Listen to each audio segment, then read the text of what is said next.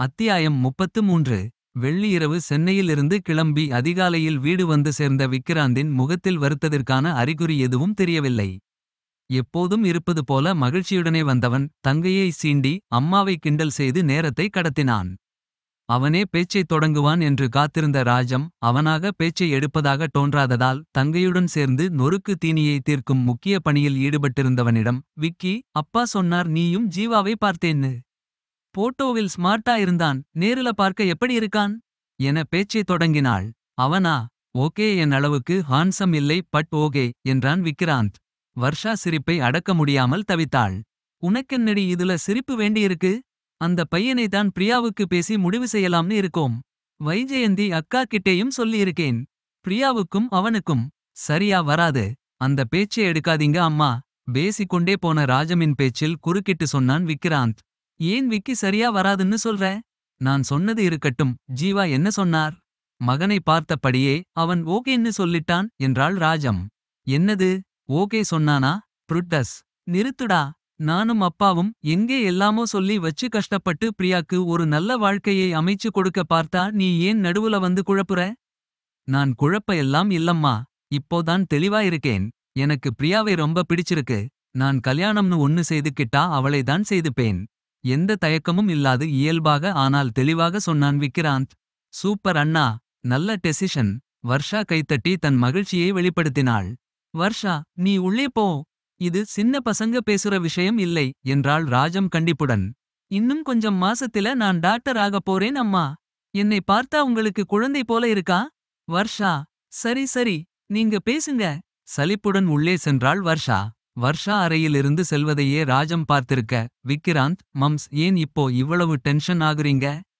நீங்க அன்னைக்கு பிரியா பத்தி கேட்டப்போவே நான் ஓகே சொல்லி இருந்திருக்கணும். தப்பு தான். ஆனா எனக்கு அப்போ பிரியாவை தெரியாதே. நான் இப்போ நிஜமாவே சொல்றேன்மா, எனக்கு பிரியாவை ரொம்ப பிடிச்சிருக்கு என்றான். ராஜம் அவனின் பேச்சு ஏற்றுக்கொள்ளவில்லை என்ற பாங்கில் தலையை மறுப்பாக அசைத்தாள். வேண்டாம் விக்கி, இந்த ஆசையை எல்லாம் மறந்துடு. இதெல்லாம் சரியா வராது. ஏன் அப்படி? நான் தான் பிரியாவை பிடிச்சிருக்குன்னு சொல்றேனே அம்மா. இன்னைக்கு சொல்ற, ஆனால் கொஞ்ச நாளைக்கு முன்னாடி ஆர்த்தியை பத்தியும் இதே தானே சொன்ன. விக்கிராந்த் ஒரு சில வினாடிகள் திகைத்து நின்றான்.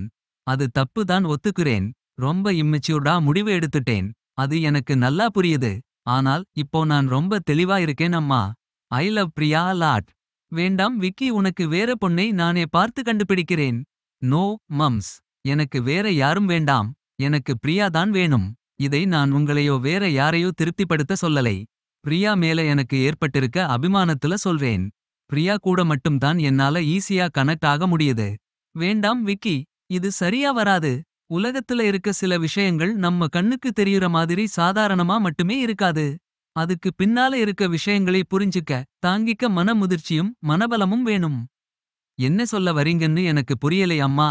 நீங்க இந்த விஷயத்துல இப்படி ரெசிஸ்ட் செய்வீங்கன்னு நான் எதிர்பார்க்கவே இல்லை. நான் சொல்றது நல்லதுக்கு தான். யார் நல்லதுக்கு? என் நல்லதுக்குனா எனக்கு பிரியாவை கல்யாணம் செய்து வைங்க. உன் நல்லதுக்கு இல்லை, பிரியா நல்லதுக்காக நான் பேசிட்டு இருக்கேன். அவ நம்ம வீட்டு மருமகளா வரதை விட அந்த பாஸ்கரன் வீட்டு மருமகளா போனா சந்தோஷமா இருப்பா. நீ இந்த டைம்ல தேவையில்லாம நடுவுல வந்து குழப்பாதே. அம்மாவிடமிருந்து எதிர்ப்பை எதிர்பார்த்திராத விக்கிராந்த் ராஜமின் திடமான எதிர்ப்பில் திகைத்துதான் போனான். ஆனாலும் சமாளித்துக் கொண்டு, அம்மா ப்ளீஸ் என்றான் கெஞ்சலாக. விக்கி, இது பிரியாவோட வாழ்க்கை பிரச்சனை. தேவை இல்லாம நீ இதுல நடுவே வந்து குழப்புறது சரியில்லை. நீங்க கேட்டு நான் அன்னைக்கு வேண்டாம்னு சொன்ன கோபத்தில தானே இப்படியெல்லாம் சொல்றீங்க மம்ஸ். அன்னைக்கு நான். விக்கிராந்த் பேசி முடிக்கும் வரை காத்திருக்காமல் குறுக்கிட்டு பேசினாள் ராஜம். அதுக்கும் இதுக்கும் எந்த சம்பந்தமும் இல்லைப்பா. பிரியா நல்ல பொண்ணு, அவ வாழ்க்கை சந்தோஷமா இருக்கணும். சரிம்மா, நீங்க சொல்றதை நான் ஏத்துக்கிறேன். நல்ல வாழ்க்கைன்னா என்ன? பணத்தை வச்சு அளவிடுறது இல்லதானே. மனசுக்கு பிடிச்ச வாழ்க்கையை வாழுறது தானே உண்மையான மனசு நிறைஞ்ச வாழ்க்கை. ஆமாம் என்று ஏற்றுக்கொண்ட ராஜமின் முகத்தில் கேள்வி இருந்தது. சரி, பிரியாவே என்னை விரும்பி கல்யாணம் செய்துக்கிட்டா உங்களுக்கு ஏதாவது பிரச்சனை இருக்கா? விக்கி, பிரியாவை நான் சந்தோஷமா பார்த்துப்பேன். இந்த உலகத்திலேயே சந்தோஷமான பொண்ணு அவதான்னு நினைக்கிற அளவுக்கு அவளுக்கு பிடிச்ச வாழ்க்கையை கொடுப்பேன். அவளையே எங்க கல்யாணத்துக்கு சம்மதமும் சொல்ல வைக்கிறேன். ராஜம் இப்போது அமைதியாக இருந்தாள். பிரியாவோட முழு சம்மதத்தோட இந்த கல்யாணம் நடந்தால் உங்களுக்கு எந்த தடையும் இல்லையே. இதெல்லாம் நடக்கிற விஷயமாடா? அந்த கவலையெல்லாம் உங்களுக்கு ஏன்? பிரியா எங்க கல்யாணத்துக்கு சரின்னு சொன்னா அதுக்கப்புறம் நீங்க இந்த வேண்டாம் ராகம் பாடக்கூடாது. டீலா. நோ டீலா. விக்கி. அம்மா டீலா. நோ டீலா. அதை சொல்லுங்க. சரி. இதுக்கு அர்த்தம் என்ன? டீல் தானே. ஆமாம். ஓகே. Super mumps. இனி இளவரசி பிரியாவின் சம்மதத்தை வாங்கும் முயற்சியில் இந்த அழகிய இளவரசன் விக்கிராந்த் ஈடுபடப் போகிறான். விரைவில் கெட்டுமேளம் சத்தம் உலகெங்கும் எதிரொலிக்கப் போகிறது. நீங்களும் வந்து வாழ்த்ததான் போறீங்க.